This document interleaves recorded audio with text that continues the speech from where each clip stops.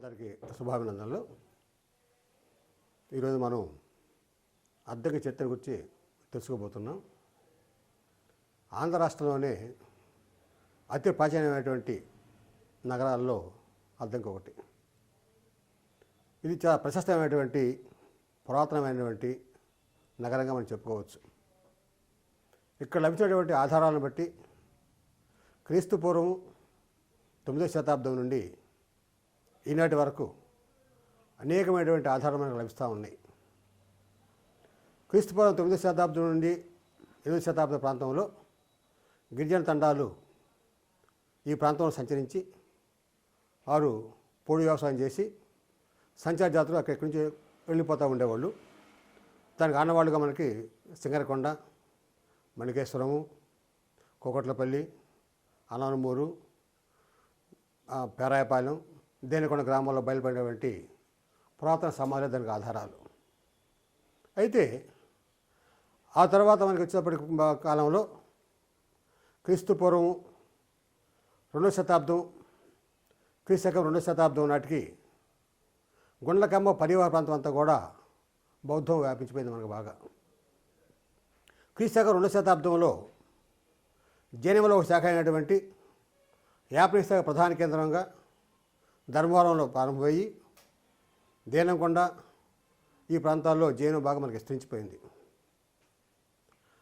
ఆ తర్వాత క్రీస్తు పూర్వం 3వ శతాబ్దంలో చందవరం ప్రాంతంలో అశోకుడు బౌద్ధ స్తూపాన్ని స్థాపించడం, ఆ తర్వాత క్రీస్తు 2వ శతాబ్దంలో ఇక్ష్వాకులు ఈ ప్రాంతం పరిపాలించడం, శాతవాహన పరిపాలన ఆధారంగా మనకి చినగాంధంలో లభించినటువంటి శాసనము, గుండ్లకమ్మ పరివార ప్రాంతం అంతా కూడా ఇటు చందవరం మొదలుకొని ఇటు కొత్తపట్నం వరకు అన్ని ప్రాంతాల్లో మనకి బౌద్ధాలు వ్యాపించి ఉన్నాయి. మనకి బౌద్ధ స్తూపాలు కూడా వ్యాపించి ఉన్నాయి. మనకి ఈ అద్దంకి చుట్టుపక్కల ఉన్న అద్దంకిని ఆధారంగా చేసుకొని చుట్టుపక్కల ఉన్నటువంటి మైలవరము, గోపాలపురము, మణికేశ్వరము, అనలమూరు ఈ ప్రాంతాల్లో మనకి బౌద్ధ ఆరామాలు మనకి ఉన్నాయి.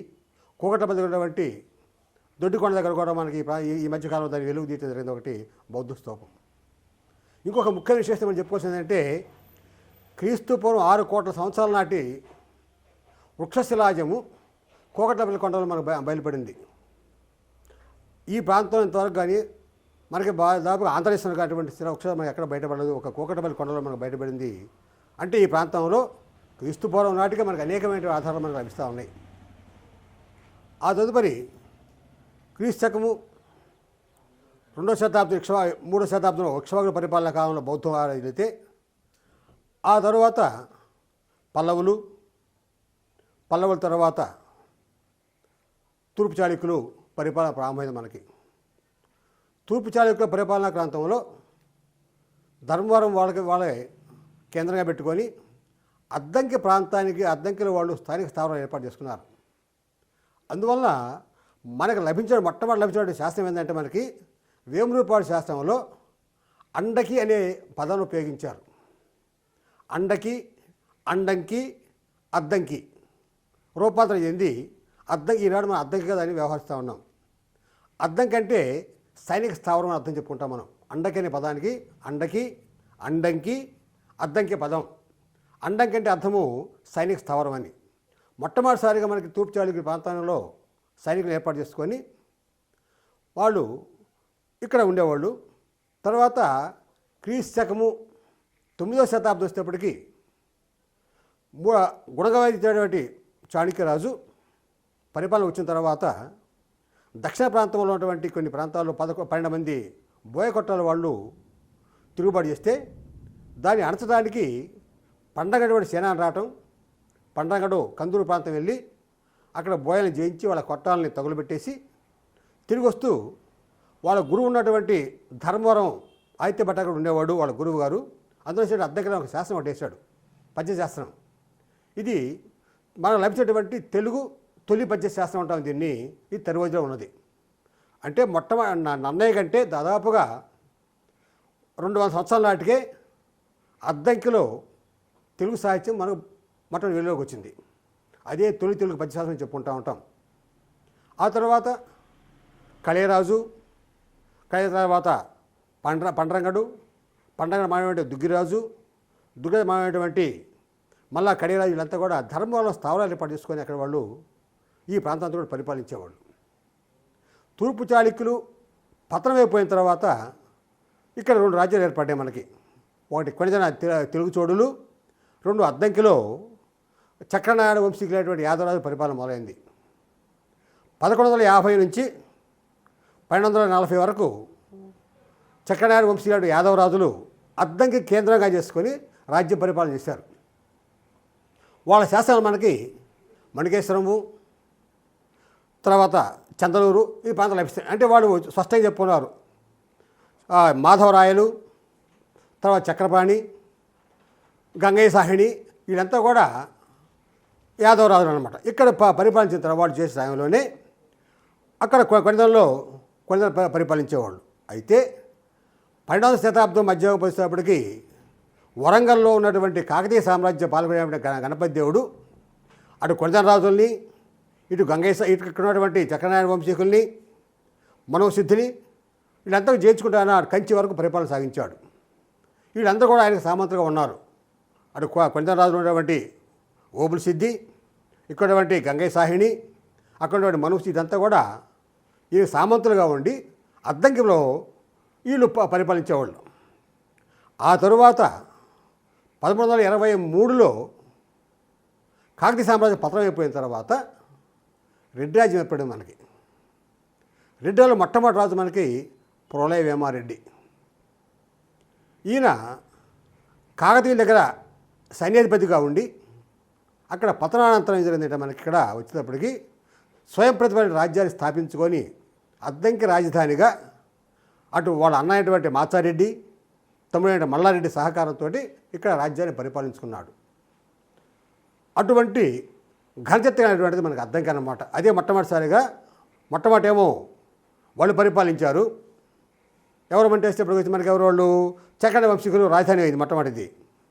చక్రనారాయణ వంశీ తర్వాత మళ్ళీ కొండవీటి రెడ్డి రాజులు, అంటే వాళ్ళు కొండవీటి రెడ్డి అంటాము, అద్దంకి రెడ్డి వాళ్ళు అంటాం. వీళ్ళు రాజ్యాన్ని ఇక్కడ అంటే 2 రాజవంశాలకి అద్దంకి రాజధానిగా ఉన్నది.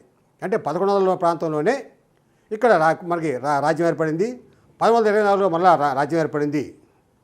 అయితే ఇక్కడ ఉన్నటువంటి మనకి ఏంటంటే ఆధారం ఏంటంటే దాదాపు 1100 ప్రాంతంలోనే ప్రతాపదత్త కొడుకైన రుద్రదేవుడు అంటే వాడు ఇక్కడ మట్టి కోట నిర్మించాడు. ఆ కోట ఎంత ఉందంటే 60 అడుగుల వెడల్పు, 120 అడుగుల ఎత్తుతోటి కోట నిర్మించాడు. ఆ కోట పైభాగంలో సైనికులు నివాసం, సైనికులు కాపలా గాయటం కానీ గుర్రాలు చేయటం కానీ అక్కడ వాళ్ళు చేసుకుంటూ ఉండేవాళ్ళు. అంత పటిష్టమైనటువంటి మట్టి కోట నిర్మించున్నారు. చుట్టూ కందకం కూడా ఉండేదన్నమాట. దాదాపుగా 25 అడుగుల వెడల్పు ఉన్నటువంటి కందకం కూడా ఉంది అక్కడ. అంటే కోట చుట్టూ కందకము ఉన్నది. అయితే ఇక్కడ మనకి ప్రాచీనటువంటి దేవాలయాలు మనకు కనిపిస్తూ ఉంటాయి అద్దంకిలో. మొట్టమొదటిసారి చెప్పుకుందంటే మనకి కొణిదెల పరిపాలన కాలంలో మహాదేవుడు మనకి పరిపాలన కాలంలో ఇక్కడ అద్దంకిలో ప్రత్యేకమైన ఒక దేవాలయం నిర్మించారు. దాన్ని నగేశ్వర స్వామి దేవాలయం అంటాము, లేక 1000 స్తంభాల దేవాలయం అంటాం. వరంగల్లో ఒక దేవాలయం ఉన్నది, 1000 స్తంభాల దేవాలయము. అదే పేరుతో అద్దంకిలో కూడా 1000 స్తంభాల దేవాలయం మనకి కనిపిస్తూ ఉంటుంది. ఈ 2 తప్పితే మనకి 1000 స్తంభాలు ఎక్కడ మనకి కనిపించవు, చెప్పుకోవడం లేదన్నమాట.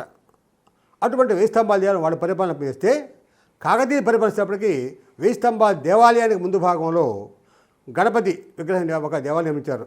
ఆ గణపతిని నాట్య గణపతి అని చెప్పుకుంటాం మనం. అంటే ఒకవైపేమో శివాలయము, రెండో వైపేమో గణపతి, దాన్ని నాట్య గణపతి అంటాము. అది కోటకి ఉత్తర ద్వారము అని చెప్పి ఉంటాం మనం.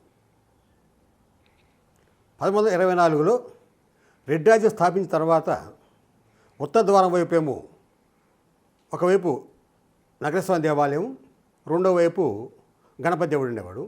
తూర్పు ద్వారం వచ్చేప్పటికీ రెడ్డి రాజులు ఎలువెళ్ళిపోయినటువంటి నందికంత పోతురాజు విగ్రహాలు పెట్టారు అక్కడ. నందికంతం అంటే అక్కడ ఎందుకు అంటే పోతురాజు విగ్రహాలు 8 ఉండే అక్కడ. అక్కడ ప్రోలవేముడు తల్లి అంటే అన్నమ్మ గారు ప్రొద్దుటే లేచి అక్కడ పూజ కార్యక్రమం నిర్వహించుకొని కోటలోకి వెళ్ళిపోయేదామా. అటువంటి ప్రశస్తమైనటువంటి వాళ్ళ దేవుడు నందికంత పోతురాజు. అయితే అంతతో ఆయన ఊరుకోలేదు ప్రోలవేమరెడ్డి. తన రాజ్యాన్ని పటిష్టపరచుకోవడానికి తమ్ముడైన మల్లారెడ్డి చేత కందుకూరులో ఒక భాగాన్ని, అన్నయ్య మాచారెడ్డిని చందువల్లో రాజుగా పెట్టేసి ఈయన ప్రధాన రాజుగా ఉండి ఈ యొక్క 3 ప్రాంతాలను ఆయన స్వాధీనం చేసుకున్నాడు. అంటే అటు చందవోలు మొదలుకొని ఇటు కందుకూరు వరకు వాళ్ళ యొక్క రాజ్యం, మొట్టమొదటి రాజ్యం వాళ్ళ ఏలుబడిలో ఉంది. అద్దంకి ప్రాంతం అంతా అంటే అద్దంకిని రాజధానిగా పెట్టుకుని అటు కందుకూరు అటు చందవోలు ప్రాంతాలని రెండు రాజధానులు ఈ 3 రాజధానులు ఆయన చేసుకున్నాడు. అయితే పోలవరం అంటే ముందు చూపుతోటి 84 దుర్గాలు నిర్మించాడు. కొండవీడు, కొండపల్లి, వినుకొండ, బెల్లంకొండ, కురిచేడు ఈ ప్రాంతం అన్నింటిలో కూడా ఆయన దుర్గాలు నిర్మించే రాజ్యాన్ని పటిష్టపరుచుకున్నాడు. అయితే ఇక్కడ ఏంటంటే ఆయన అంటే తన యొక్క రాజ్య పరిపాలనా కాలంలోనే తమిళ మల్లారెడ్డి అంటే మహమ్మదీ దాంట్లో అప్పుడు ఎక్కువైనాయి. మనకు మోటుపల్లి ఉండేది క్రీస్తకము 2వ శతాబ్దం 2-3 శతాబ్దాల నుంచే మోటుపల్లిలో వర్త వ్యాపారాలు జరిగే మోటుపల్లి ఓడరేవు నుంచి అనేక మంది రాజులు దాన్ని స్వాధీనం చేసుకుని యుద్ధాలు జరుగుతూ ఉండే అన్నమాట. ఆ క్రమంలోనే అటు అది మహమ్మదీయులు ఇటు విజయనగర రాజులు దండయాత్ర ఉంటే మల్లారెడ్డి అక్కడే ఉండి వాళ్ళందరినీ జైన్ చేసి దాని స్థావరం ఏర్పడిస్తున్నాడు. అంతకుముందు కూడా గణపతి దేవుడు పరిపాలనా కాలంలో కూడా మోటుపల్లి స్థావరం మంచి పెద్ద స్థావరం ఏర్పరుచుకొని నౌక కింద పెట్టుకొని ఆయన ఒక పెద్ద శాసనం ఒకటేశాడు. దాన్ని ఏమంటే అభయ శాసనం అంటాం. దాన్ని అభయ శాసనం అంటే ఇటు వర్తకులు వచ్చేటువంటి వర్తకులు కానీ ఇక్కడి నుంచి వ్యాపార వర్తకులు కానీ పన్నులు నిర్మించేసి కొంత ఒక నిర్దిష్టమైనటువంటి పన్నులు రేట్లు పెట్టేసి ఆయన తక్కువ ధరలకి దిగుమతి చేసిన విధంగా ఆయన అక్కడ శాసనం వేసాడు. దాన్ని అభయ శాసనం అంటాం. ఆ తర్వాత ఈయన పరిపాలన వచ్చిన తర్వాత పోలవేమారెడ్డి ఆ స్థావరాన్ని గట్టిపడి చేసుకొని అదే సందర్భంలో మణికేశ్వరంలో ఒక శివాలయం నిర్మించాడు. తర్వాత అక్కడి నుంచి మనకి చదలవాడలో రామాలయం ఒకటి నిర్మించేశాడు. ఆయన దగ్గర ఒక మహాకవి ఉన్నాడు మనకి ఎర్రప్రగడ అనేటువంటి ఆయన. వాళ్ళ తమ్ముడు పరిచయం చేశాడు మల్లారెడ్డి. ఆయన గుంటూరు అయితే ఆయన తీసుకొచ్చి తన అన్నగారికి పరిచయం చేస్తే ఆయన మొట్టమొదటి రామాయణం రచించాడు. ఆ తర్వాత హరివంశం రచించాడు. ఈ 2 కావ్యాలని ప్రోలవేముడు అంకితించాడు ఆయన. ఆ తర్వాత నృసింహ పురాణము, మహాభారతం అరణ్య పర్వాన్ని పూర్తి చేశాడు ఈయన.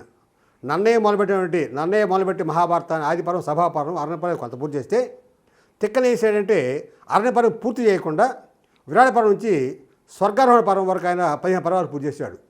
అప్పుడు భారతం పూర్తి కాల.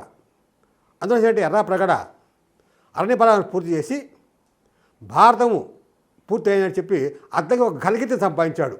తొలి పద్యం అక్కడే పుట్టి అద్దెకులో పుట్టింది. భారత రచన కూడా అద్దెకులో పూర్తయింది అనమాట. అంటే మనకి 2 గొప్ప కార్యాలు ఏంటంటే సాహిత్యం వచ్చేటప్పటికి తొలి పద్యం ఇక్కడే పుట్టింది, భారతం కూడా ఇక్కడే పూర్తయిపోయినటువంటి ఘనచరిత్ర మనకి అద్దెకు అటు సాహిత్యపరంగా ఇటు రాజకీయ పరంగా అద్దెకు స్థిరస్థానం ఉందన్నమాట మనకి.